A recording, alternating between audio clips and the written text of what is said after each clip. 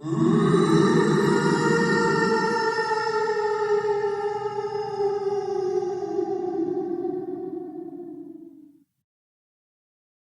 back to another Kray video. Please subscribe to our YouTube channel so you don't miss any videos. And for people really interested in the Krays, check out our private Facebook group, Krays Crime Lords of London. A direct link for the group is in the YouTube description section. We're a friendly and moderated group which has been running since January 2018. Come and give us a try sometime.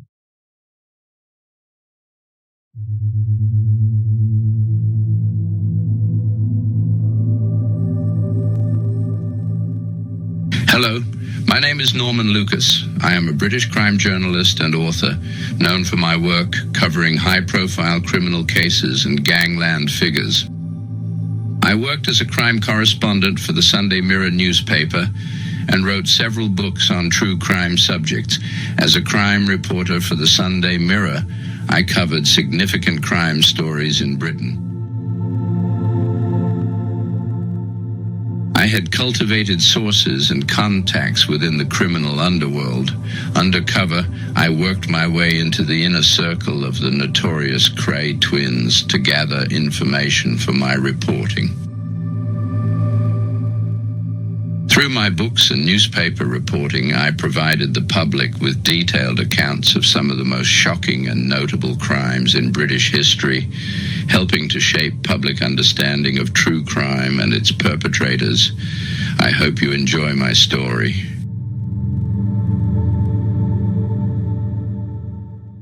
In the previous episode, we had been discussing the emerging prominence of one of the sharpest brains in the underworld, Billy Hill. Underworld gossip of his prowess as a burglar and strict disciplinarian with his men soon reached the police, who became extra vigilant. In 1932, they pounced again, and he was jailed for 3 months for loitering with intent to commit a felony. And a year later, he was charged with breaking and entering a doctor's house in Bromley, Kent. This earned him a sentence of 3 years penal servitude, but on appeal the sentence was reduced to 12 months hard labor. Shortly after his release, he married. Hill admits that he carried out several successful smash and grab raids on jewelers' shops, and the hauls amounted to thousands of pounds. When Scotland Yard expanded its flying squad, Hill and his men revised their tactics and began planning more night operations. Despite his periods in prison, Billy Hill, even in those early days, was making crime pay. And undoubtedly he had built up a resentment against society which fired his enthusiasm for outwitting the law. In 1936, he was convicted for smashing the windows of a furrier's shop and stealing furs valued at £3,000. He showed his contempt for the law by smashing another jeweler's window while on bail. The first offense earned him 21 months imprisonment, and the second, another 4 years penal servitude, this time in Chelmsford Prison, Essex. His spells of freedom were brief. In 1940, he received 2 sentences, a month's jail for loitering with intent, and 2 years for ramming a jeweler's window with a car, and once again, he returned to Chelmsford Prison.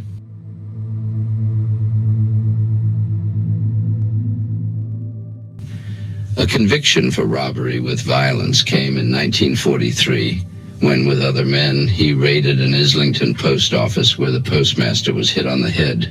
The gang's getaway car was, however, rammed by a lorry, and the incident brought Hill 4 years penal servitude in Dartmoor. He boasted that his speciality was safe breaking, and that he had lost count of the number of GPO safes that had yielded to his dexterity.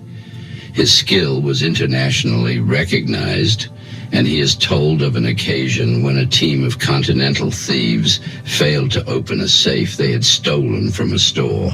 They sent a private plane to England to fetch Hill.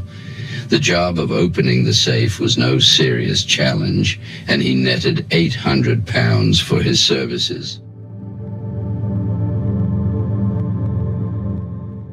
The big clash with the Black Gang that was to lead to victory for Hill and his mob was sparked off when Hill's brother had his face slashed by members of the opposing team. Hill and his men met Benny the Kid in a Hoxton public house. Benny was not a thief. He was a Jew and a tear-away fighter who had worked for several bookmakers. He ran an East End club and various spielers, and he looked after bookmakers who ran into trouble with tough clients. Hill sought and received the support of Benny, the notorious Elephant Gang, and a number of smaller mobs. By the time they had all been mobilized, he had formed a virtual army of some 200 supporters, equipped with razors, choppers, bicycle chains, and iron bars. The force included women armed with guns and also hand grenades concealed in their handbags. On July 9th, 1947, Hill ordered his so-called army to seek out the Black Gang, and for 3 nights and days his men searched the normal haunts but without encountering the enemy. The word of Hill's intentions and horrifying stories of his methods had spread throughout the underworld, and many of Black's men had deserted. Finally, one of Black's lieutenants was dispatched to Hill's Camden town headquarters to seek a truce. Ele told Hill, "My boss says there's room for both of us." Hill says that he answered Black by slashing both the cheeks of his emissary and dumping him in Soho with a note pinned to his coat, stating that any future message boys could expect the same treatment.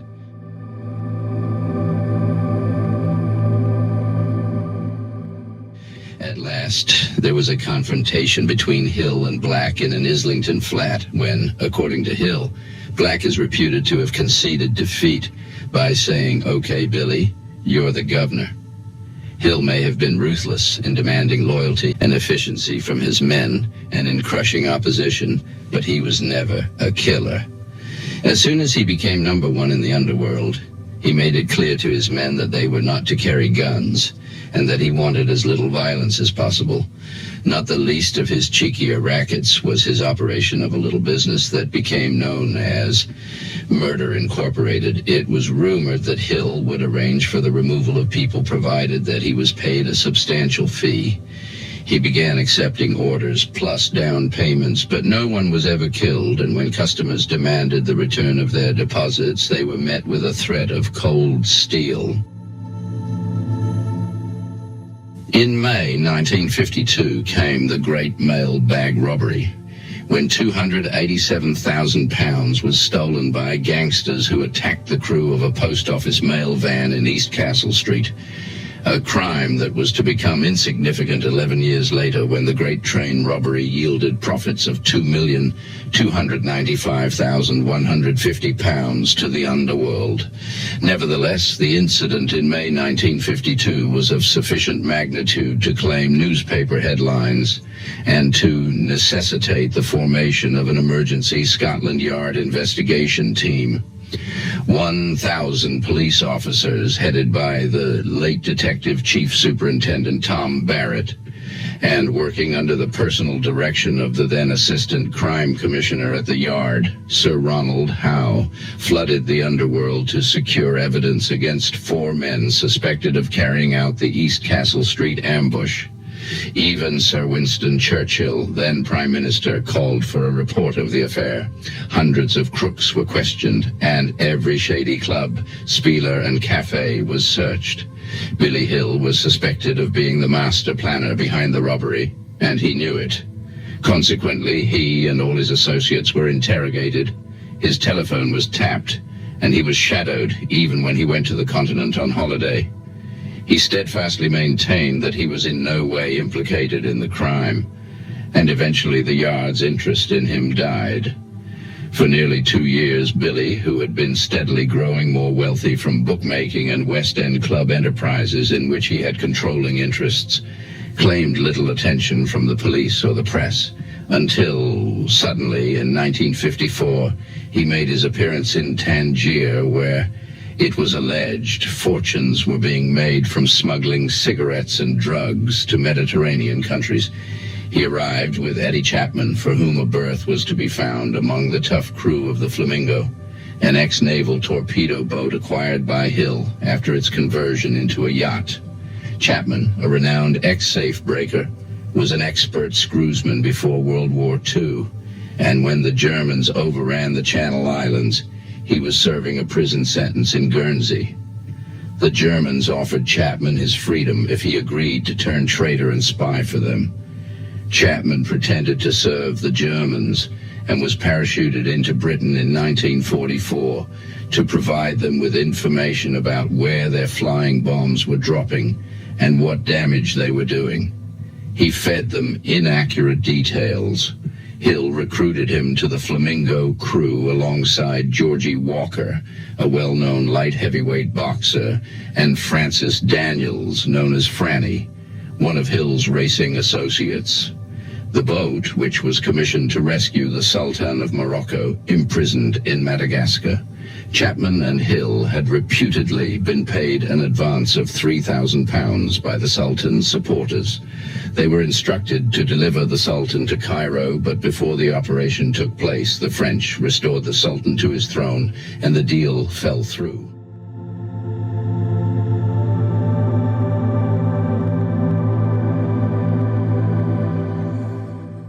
Before this happened, Hill and Chapman flew out to join the Flamingo. Hill had instructed his captain to head for Tangier, and from the moment the yacht got underway, there was trouble aboard. Everyone had suffered seriously from seasickness, and no member of the crew, apart from the captain, a man named Henderson, had any seafaring experience. As a result, the vessel was almost wrecked off Cape Finisterre, and there was nearly a gunfight aboard when it was discovered that the metal ballast had been stolen. The Flamingo had been registered under the Costa Rican flag, and when Hill and Chapman and their associates arrived in Tangier, there was some alarm. Following a quarrel with Hill, Captain Henderson went to police headquarters, where he was interviewed by a Colonel Watson of the International Police Force.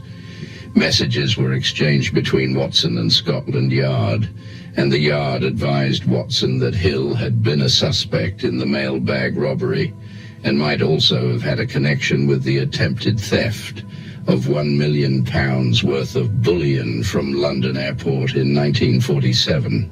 The information about Hill leaked and soon spread throughout Tangier. Henderson vanished, and Hill hired another captain, a Mr. Beamish, who was an associate of Chapman's. Beamish flew out from England to take command. According to Hill, he and his men had made contacts in smuggling circles in order to create a smoke screen to cover up their real operation, the rescue of the Sultan, and he loaded the Flamingo with American cigarettes. Certainly the Flamingo left Tangier for 10 days and returned after a rough trip that included a fight with Portuguese smuggling contacts.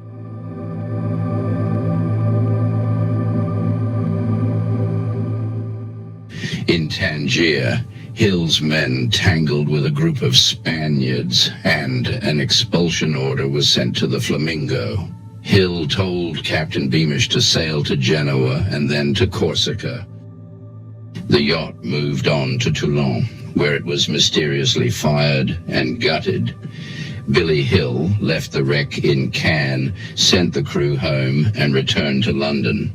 He reached England on September 21st, 1954, and not long after his appearance, a lorry containing £45,000 in gold bullion belonging to KLM Dutch Airlines was ambushed in Holborn. Once again, a special police squad was formed to investigate a major theft. This time, the hunt for the thieves was controlled by Detective Chief Superintendent Bob Lee and Detective Superintendent Guy Mann. Again, it was whispered that Billy Hill had been the ace organizer of the crime, and yet the yardmen could find absolutely no evidence to support the allegations. The gold was never found, and Hill, in his memoirs, says that within hours the gold was melted down, mixed with copper and silver, and then buried in the garden of a very wealthy man. In 1954, Hill confessed that he had over a period of 25 years, made money that ran well into six figures, and he opened another highly respectable dancing and drinking club. He announced that he had retired from his life of crime and had no desire to engage in any activities that might earn him another spell in prison.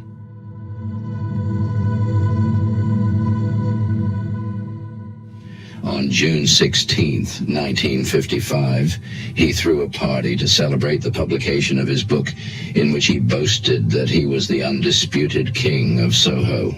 He stated, "If you stand in any part of Soho at any hour of the day or night, you will be spotted by at least 6 of my men. Walk a mile in any direction, and you will pass a dozen. This is the center of my empire, the district from which I rule the underworld of Britain. Walk up Shaftesbury Avenue and ask, who rules the underworld? Ask a copper.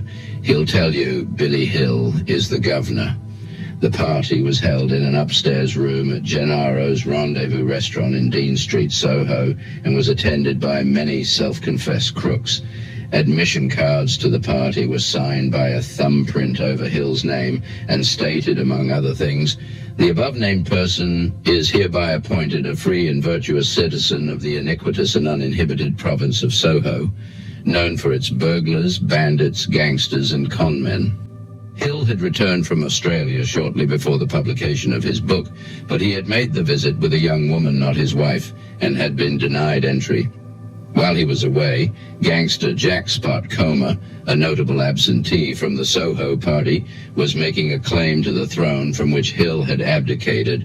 Comer was born on April 12, 1912, in Myrtle Street, Stepney, 19 years after his parents had settled in London after leaving Lodz in Poland.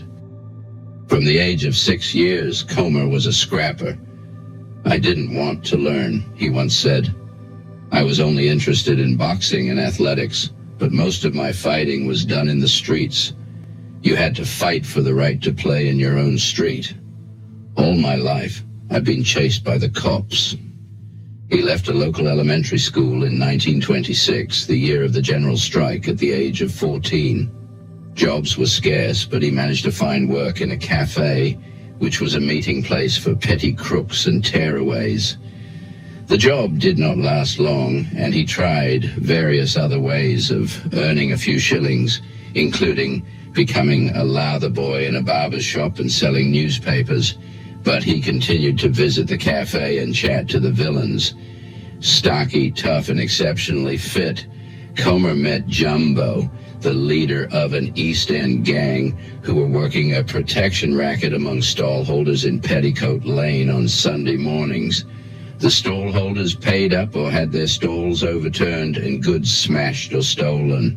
Jumbo was a trouble hunter and often started fights in the cafe purely for kicks.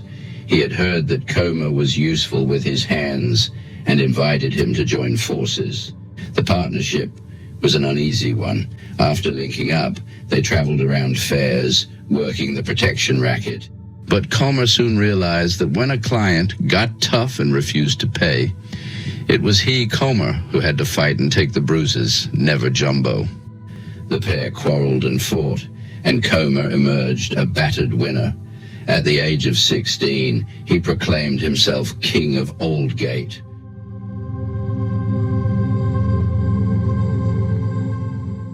During the 1920s and 30s, it was the strongest and most vicious fighters who claimed and got respect in London's East End, and Comer's encounter with Jumbo automatically elevated him to the stature of an East End strong boy.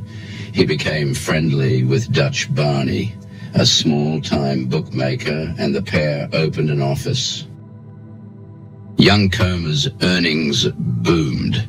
At the age of 16, he was making £6 per week, which represented wealth to the young Jew from the back streets.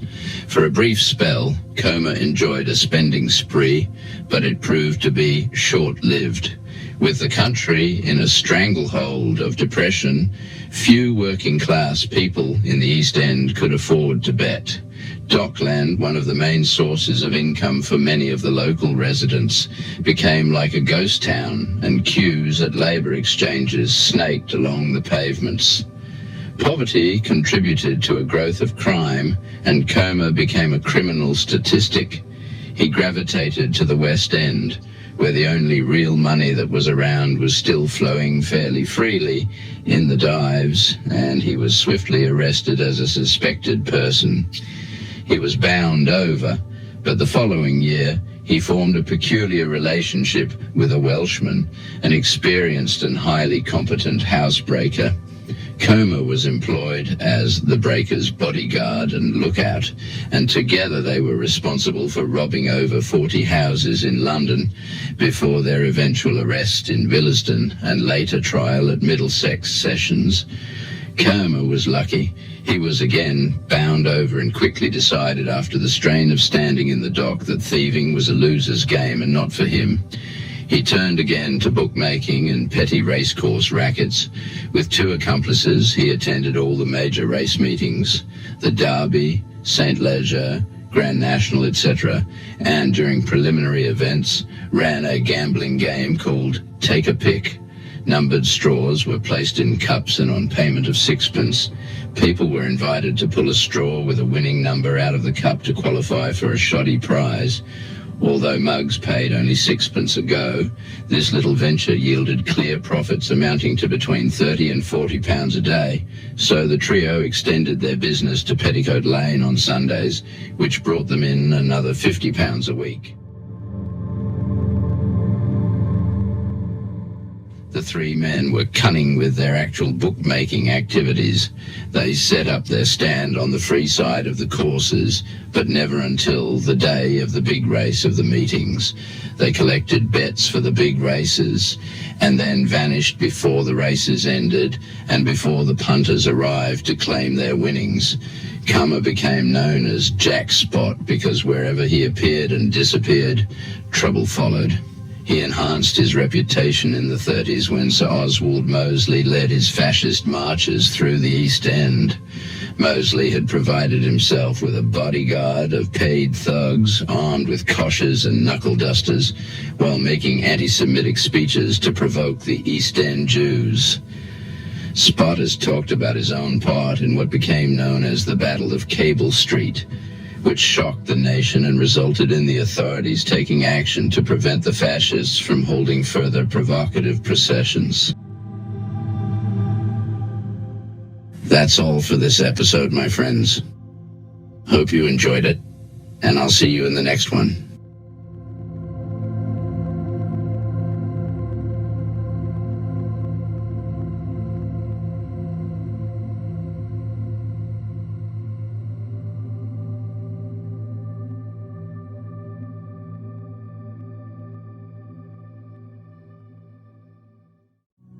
Thank you for watching. If you enjoyed the video, please join our Facebook group. It's called Krays Crime Lords of London. We're a friendly moderated group with over 1,000 Kray and other celebrated gangster videos available for view. There's also thousands of images in the photos sections. The link for the group is in the YouTube description section. I hope we see you there soon. Leave a like and subscribe.